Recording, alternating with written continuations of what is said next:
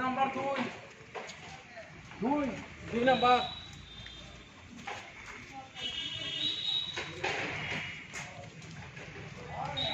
Kalyanpur PS case number 8/2023।